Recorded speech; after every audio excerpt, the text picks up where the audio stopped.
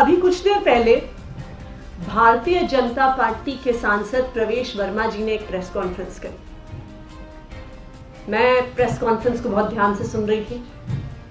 मुझे लगा कि वो कुछ बहुत ठोस सबूत सामने रखेंगे, वो कुछ बहुत परिपक्व बात अपनी सामने रखेंगे कि किस तरह से आखिरकार जो वो आरोप लगा रहे हैं कि दिल्ली सरकार ने, दिल्ली के उप मुख्यमंत्री मनीष सिसोदिया जी ने भ्रष्टाचार किया, तो आखिर कोई तो सबूत वो सामने रखेंगे। लेकिन वो press conference 10 minute, 15 minute, 20 minute, आधा घंटा चलती गई। बहुत मजेदार मनगढ़ंत कहानियां प्रवेश वर्मा जी और मनिंदर सिरसा जी सुनाते गए। कभी किसी होटल की कहानी, कभी किसी रेस्टोरेंट की कहानी, लेकिन एक भी ठोस सबूत प्रवेश वर्मा जी ने सामने नहीं रखा।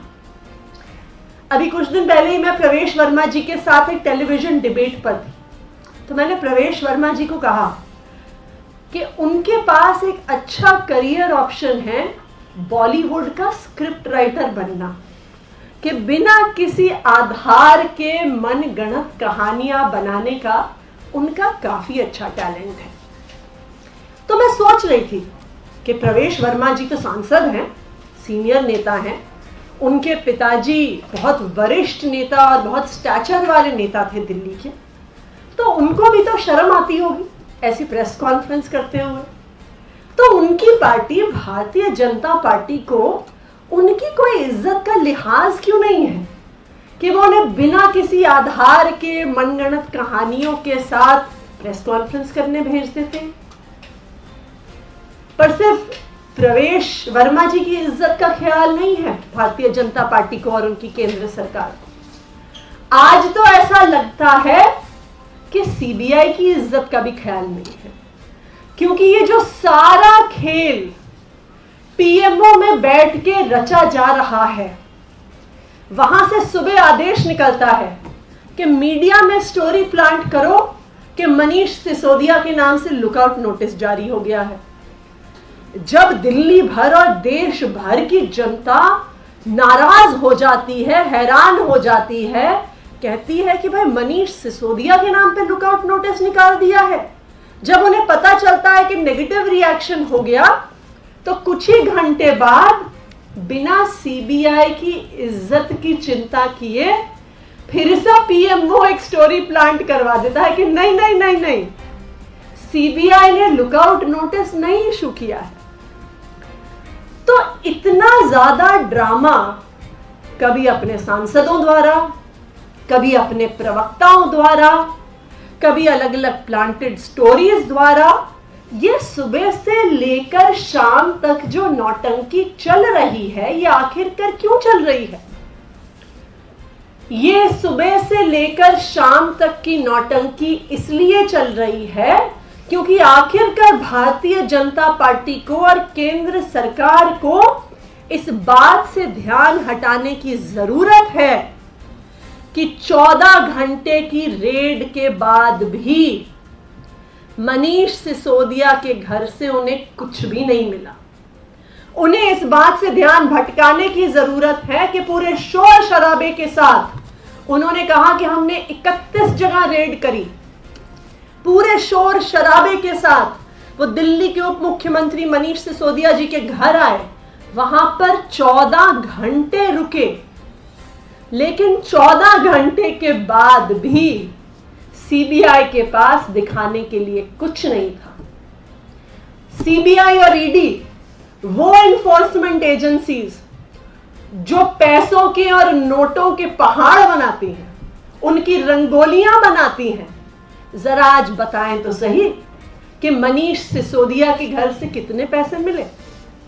बताएं तो सही कि घर के अलग अलग हिस्से से भी जो उन्होंने 10-10 रुपए, 100-100 रुपए के भी नोट इकट्ठे कर लिए, मंदिर में चढ़ाए हुए पैसे तक गिन लिए, तो आखिरकार मनीष सिसोदिया जी के घर से कितने पैसे मिले।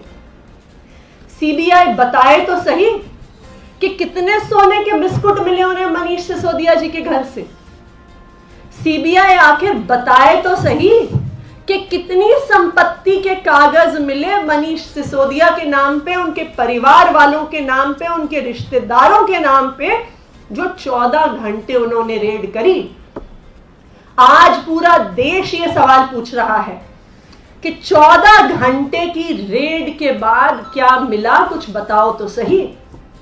लेकिन सीबीआई के पास कुछ जवाब नहीं है और इसलिए इस बात को छुपाने के लिए अपने अलग अलग सांसदों से प्रेस कॉन्फ्रेंस करवाए जा रहे हैं, उनसे मनगढ़ंत कहानियां बनवाए जा रहे हैं, सीबीआई के बारे में अलग अलग स्टोरियां प्लांट करवाए जा रहे हैं।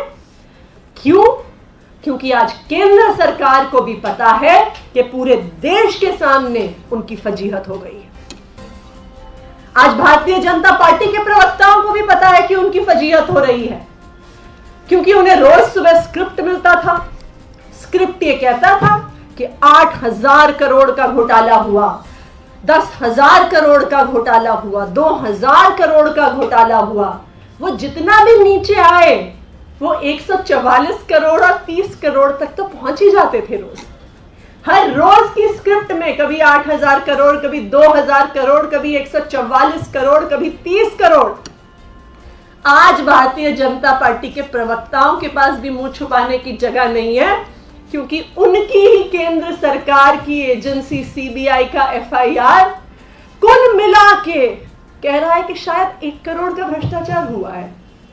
1 करोड़ रुपया शायद एक व्यक्ति ने दूसरे व्यक्ति को दिया हुआ है। यह सूत्र हमें बता रहे हैं, हमारे पास कोई ठोस सबूत नहीं है। तो आज भारतीय जनता पार्टी के भी प्रवक्ताओं को टीवी पर आकर कहने में ये शर्म आ रही है, क्योंकि उन्हें भी पता है कि अब 8,000 करोड़ और 2,000 करोड़ और 6,000 करोड़ और 144 करोड़ और 30 करोड़ के जो आंकड़े उन्हें रोज के स्क्रिप्ट में मिलते थे, उस स्क्रिप्ट को तो सीबीआई ने ही भंग कर दिया। मैं आज भारतीय जनता पार्टी से ये कहना चाहूंगी, मैं प्रधानमंत्री मोदी जी से ये कहना चाहूंगी कि आज पूरा देश देख रहा है कि दिल्ली में क्या हो रहा है। मैं प्रधानमंत्री मोदी जी से कहना चाहूंगी कि इस देश के लोग बेवकूफ नहीं हैं। इस देश के लोग ये देख पा रहे हैं कि एक तरफ अरविंद केजरीवाल की सरकार है जो दिन रात मेहनत करके दिल्ली के सरकारी स्कूलों को ठीक कर रही है, अस्पतालों को ठीक कर रही है, मोहल्ला क्लिनिक में फ्री दवा दे रही है, युवाओं को रोजगार दे रही है, महिलाओं को फ्री बस की यात्रा दे रही है। और दूसरी तरफ मोदी सरकार है जो सिर्फ और सिर्फ अपनी जांच एजेंसियों को इस्तेमाल कर रही है अरविंद केजरीवाल की सरकार के काम रोकने के लिए। देश के लोग बेवकूफ नहीं है मोदी जी। मैं मोदी जी से यह कहना चाहूंगी कि देश के लोगों ने बहुत उम्मीद से आपको प्रधानमंत्री बना के भेजा था। उन्हें बहुत उम्मीद थी, देश के बच्चों को उम्मीद थी कि आप उन्हें अच्छी शिक्षा दोगे। देश के हर नागरिक को यह उम्मीद थी कि आप उन्हें अच्छी स्वास्थ्य की व्यवस्था दोगे, कि जब वो बीमार होंगे तो हर गांव में इलाज मिल पाएगा। किसी बुजुर्ग महिला को एक खटिया पे बैठ के, खटिया पे लिटा के 20-20 किलोमीटर दूर नहीं लेके जाना पड़ेगा। इस उम्मीद से लोगों ने आपको प्रधानमंत्री चुन के भेजा था। इस देश के युवाओं को आपसे उम्मीद थी कि इतनी बेरोजगारी जो इस देश में है आप उसका समाधान करेंगे। इस देश की महिलाओं को आपसे उम्मीद थी कि जो महिलाओं के साथ अपराध होता है पूरे देश में उसका आप समाधान करेंगे। बड़ी उम्मीद से देश के लोगों ने आपको चुन के भेजा था। लेकिन आज देश भर के लोग देख रहे हैं कि एक तरफ अरविंद केजरीवाल की सरकार है जो जनता के लिए काम करने की कोशिश कर रही है, और दूसरी तरफ प्रधानमंत्री नरेंद्र मोदी हैं जो सुबह से उठ के शाम तक सिर्फ अपनी विपक्ष की पार्टियों की जो सरकारें हैं अलग अलग राज्यों में, उनको कैसे गिराया जा सकता है उसका प्लान बनाते हैं कि अब हम सीबीआई को कैसे भेजें, अब हम ईडी को कैसे भेजें, अब हम इनकम टैक्स डिपार्टमेंट को कैसे भेजें। मोदी जी, अगर इतना ध्यान जो आप अपने विरोधियों के खिलाफ एजेंसियां भेजने में लगाते हो, अगर उतना ध्यान आप देश की समस्याओं पे लगा देते तो शायद आज हमारे देश के युवाओं को रोजगार मिल जाता, शायद हमारे देश की महिलाओं को सुरक्षा मिल जाती, देश में जो बुजुर्ग बीमार हैं उनको अच्छा इलाज मिल जाता। लेकिन देश के लोग ये भी देख रहे हैं कि एक तरफ तो मोदी जी हैं जो सिर्फ दूसरी पार्टियों के खिलाफ षड्यंत्र रच रहे हैं, और दूसरी तरफ अरविंद केजरीवाल हैं जो प्लान बना रहे हैं कि भारत को दुनिया का नंबर 1 देश कैसे बनाया जा सकता है। कि एक तरफ अरविंद केजरीवाल हैं जो शिक्षा, स्वास्थ्य, किसानों के लिए समाधान, महिलाओं के लिए सुरक्षा, युवाओं के लिए रोजगार का एक ब्लूप्रिंट बना रहे हैं। अरविंद केजरीवाल हैं जो देश के 130 करोड़ लोगों को साथ जोड़ने का प्लान बना रहे हैं कि हम भारत को दुनिया का सर्वश्रेष्ठ राष्ट्र बना सके। ये पूरी देश के लोग देख रहे हैं कि आज उनके सामने ये 2 अलग अलग मॉडल खड़े हैं।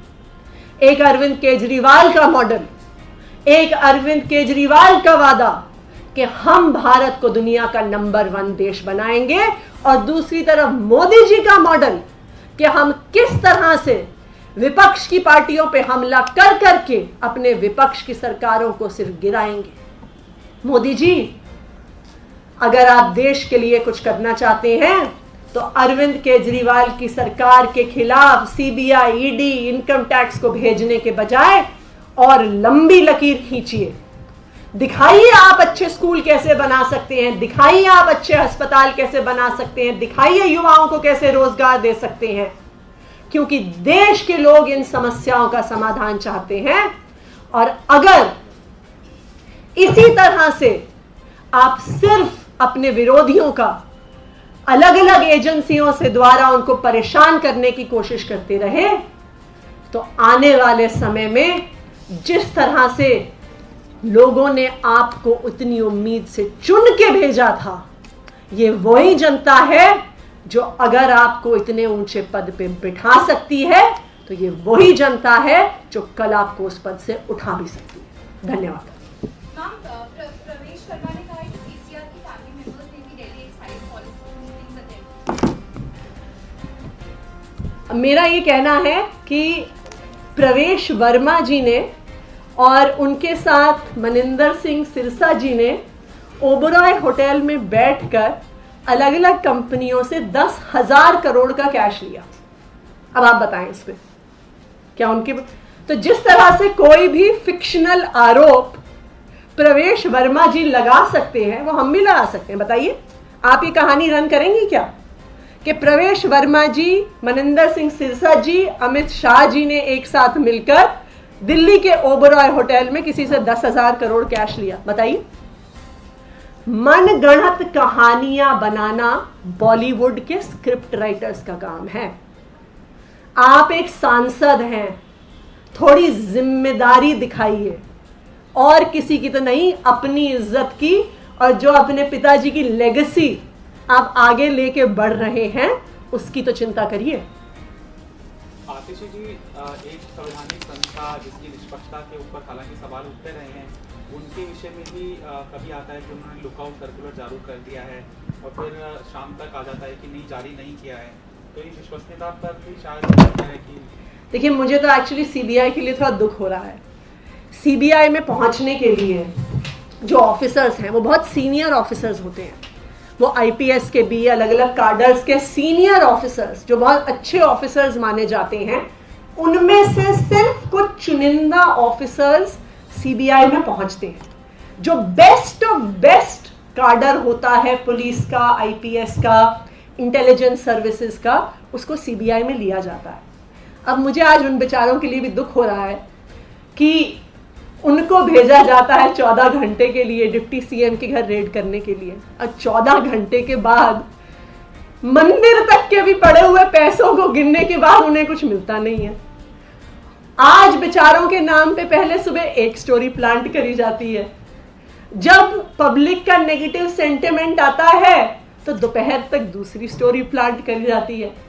आज बेचारे सीबीआई वाले भी परेशान होंगे कि जी हमारी भी कोई इज्जत है, कृपया कम से कम हमारी इज्जत को तो मिट्टी में मत मिलाइए। आतिशी जी, आप लोग कह रहे हैं कोई भ्रष्टाचार नहीं हुआ, सब कुछ सामने, बीजेपी आरोप लगा रही कि बहुत बड़ा भ्रष्टाचार हुआ और तमाम तरह के आरोप। परसों से अगर आप देखें तो आज तक आम आदमी पार्टी के द्वारा 12-13 बार प्रेस कॉन्फ्रेंस हुआ है। क्या जरूरत है? आप लोगों ने कोई भ्रष्टाचार नहीं किया, तो इतनी ज्यादा सफाई की जरूरत आपको क्यों पड़ रही? या इसे सिर्फ एक पॉलिटिकल इशू बनाया जा रहा है आप लोगों के द्वारा भी और बीजेपी के द्वारा? देखिए, हम पहले दिन से कहते हुए आए हैं कि केंद्र सरकार ने जितनी भी जांच एजेंसियां भेजनी हैं वो भेज दी।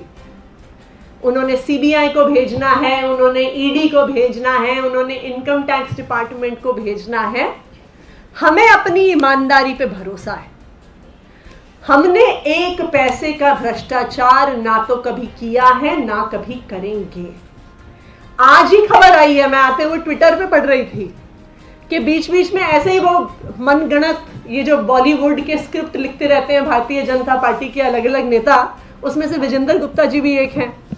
अब विजेंद्र गुप्ता जी ने एक कंप्लेंट फाइल करी थी कि डीटीसी के बस प्रोक्योरमेंट में हजारों करोड़ का घोटाला हुआ। उनके ही एलजी साहब ने एक कमेटी बनाई, भारतीय जनता पार्टी की कंप्लेंट, भारतीय जनता पार्टी के एलजी, उन एलजी साहब ने नियुक्त करके बनाए कुछ कमेटी के सदस्य। वो भी हर संभव प्रयास के बाद एक पैसे का भ्रष्टाचार उसमें नहीं ढूंढ पाए। उन्होंने भी आज ये लिखित में दे दिया है कि बस प्रोक्योरमेंट में कोई भी घोटाला नहीं है। तो आम आदमी पार्टी, दिल्ली सरकार किसी भी प्रकार की जांच के लिए तैयार है और किसी भी प्रकार की जांच के लिए तैयार रहेंगे। लेकिन अगर कोई हम पे झूठे और मनगढ़ंत आरोप लगाएगा तो उसका भी हम मुंहतोड़ जवाब देते आए हैं और मुंहतोड़ जवाब देते रहेंगे। उन्होंने कई लोग के नाम लिए जिनका नाम एफआईआर में और सीधे तौर पे जोड़ा, आपसे भी जोड़ा, सौरभ भारद्वाज से और बाकी नेताओं से। क्या आप लोग बताएं कि उनके साथ संबंध क्या है? खासकर विजय नायर का उन्होंने नाम लिया, दिनेश बोरा का नाम लिया, तो वे खुल के कह रहे हैं कि आप इसका स्पष्टीकरण दें कि क्या संबंध है, अगर कुछ गलत नहीं हुआ है। देखिए, बहुत इंटरेस्टिंग बात है। अब उनकी समस्या ये है कि जो उनको पिछले 1 महीने से स्क्रिप्ट मिला हुआ था, अब वो स्क्रिप्ट तो फेल हो गया। वो स्क्रिप्ट था 8,000 करोड़ का घोटाला, 2,000 करोड़ का घोटाला, 1100 करोड़ का घोटाला। वो घोटाला बहुत नीचे भी आता था तो 144 करोड़ और 30 करोड़ का तो हो ही जाता था। और रोज भारतीय जनता पार्टी के नेता कागज लेके बैठते थे और कहते थे ये 144 करोड़ कहां गए, ये घोटाला है। फिर सीबीआई ने एफआईआर भी कर दी और उस एफआईआर में 8,000 करोड़ छोड़िए, 1100 करोड़ छोड़िए, 144 करोड़ भी छोड़िए, बेचारे 30 करोड़ तक का भी मेंशन नहीं था। इतनी लंबी एफआईआर के बाद भी सिर्फ सूत्रों के हवाले से सीबीआई ये कह पाई कि शायद 1 करोड़ रुपए एक किसी बिजनेस ने दूसरे किसी बिजनेस को दिए हैं। तो इसको क्या कहते हैं? इसको कहते हैं खोदा पहाड़ निकली चुहिया। कि कहां 8,000 करोड़ से बात शुरू हुई और कहां सूत्रों के हवाले से 1 करोड़ तक रह गई। तो भारतीय जनता पार्टी की समस्या क्या है कि उनका जो 1 महीने से स्क्रिप्ट चलता आ रहा था, अब वो स्क्रिप्ट तो सीबीआई ने बंद कर दिया, तो इसलिए उन्हें कुछ तो नई कहानियां चाहिए। अब वो 2-4 दिन तक और ही कहानियां चलाएंगे। फिर उसके बाद जब सीबीआई की जांच आगे बढ़ेगी और वहां पर भी कुछ नहीं मिलेगा तो वो हो सकता है कि 2-3 हफ्ते बाद कुछ और नई कहानियां सुनाएंगे। हमारा बस भारतीय जनता पार्टी से एक सवाल है, आप बता तो दो कि 14 घंटे में डिप्टी सीएम के घर से आपको क्या मिला, कितने पैसे मिले, कितनी ज्वेलरी मिली, कितनी संपत्ति के कागजात मिले। इससे ही सारा दूध का दूध पानी का पानी हो जाएगा। हर आरोप का खुलासा इतनी सी बात में है कि अगर ये हजारों करोड़ का घोटाला हुआ तो भाई पैसे गए कहां? कहीं तो होंगे। 31 जगह रेड कर लिया आपने, देश के अलग अलग हिस्सों में रेड कर लिया आपने, कहीं तो मिले होंगे। खा गए क्या हम लोग? पचा गए, धरती में गाड़ दिए।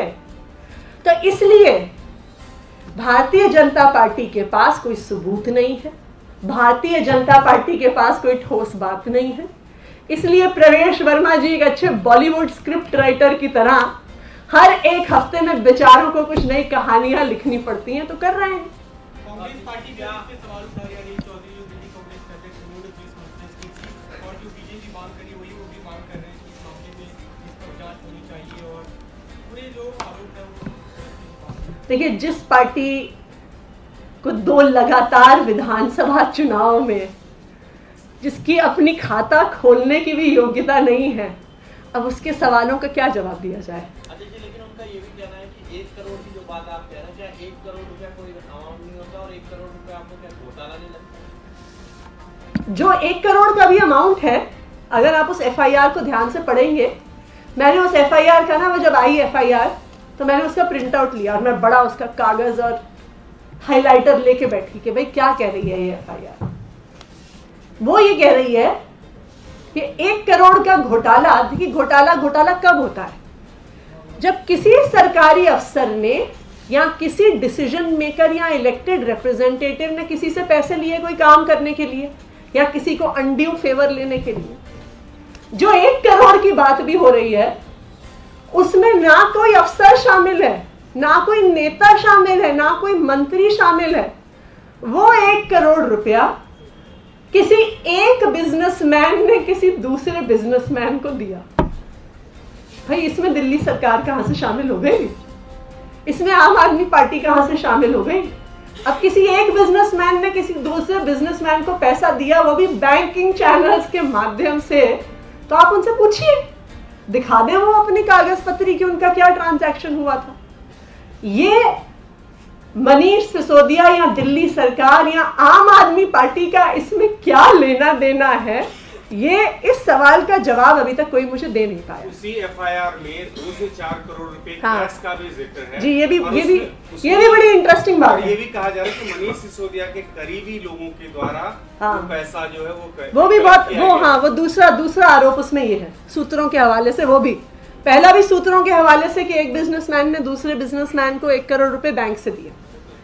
दूसरा आरोप कि एक्स व्यक्ति ने वाई व्यक्ति से 2 से 4, उनको अमाउंट भी वो किसी जेड व्यक्ति के बिहाफ पर पैसे उठाए। उसमें कोई उसमें तारीख नहीं, कोई उसमें सबूत नहीं, कोई उसमें गवाह नहीं। एक्स ने वाई व्यक्ति से जेड के बिहाफ पर, देखिए आज तक आप लोग काफी सीनियर जर्नलिस्ट हैं, आप लोग अगर एफआईआर उठा के देखेंगे तो मुझे लगता है कि ये इस देश के इतिहास में पहला ऐसा एफआईआर होगा जो 100% सूत्रों के हवाले से है। उसमें एक भी सबूत उस पूरे एफआईआर में कहीं नहीं दिया हुआ कि क्या रॉन्ग डूइंग हुई और किसने करी। लेकिन फिर भी हम शुरू से ही कहते आए हैं, आपने जो जांच करनी है कर लीजिए। अभी आपने सीबीआई भेजी है, अब सूत्रों के हवाले से ये भी खबर आ रही है कि अब आप ईडी को भेजने वाले हैं, ईडी भी जांच कर ले। अब मैं ईडी से भी जानना चाहूंगी, पहले तो सीबीआई से मैं ये जानना चाहती हूँ कि कितने पैसे मिले आपको मनीष सिसोदिया जी के घर से, क्योंकि जहां तक मुझे खबर है उन्होंने मंदिर में भी जितने नोट पड़े हुए थे 2-4 उनको भी गिन डाला। तो आज सीबीआई कम से कम सामने आके डिक्लेयर तो करे देश के सामने कि 14 घंटे की रेड के बाद क्या मिला। तो उसके बाद जब ईडी भी रेड करेगी कल, तो ईडी भी बताए कि क्या मिला उनको। सीबीआई ने तो 31 जगह छापे मार लिए, कुछ तो मिला होता, कुछ तो ढेर बनाया होता उन्होंने, कुछ नोटों की रंगोली बनाई होती अगर उन्हें कुछ मिला होता। सच्चाई ये है कि 31 जगह रेड करने के बाद भी एक पैसा नहीं मिला है सीबीआई को। इसीलिए अब सारी कवायद स्टोरी प्लांट कर करके इस बात से ध्यान भटकाने की कोशिश। Thank you.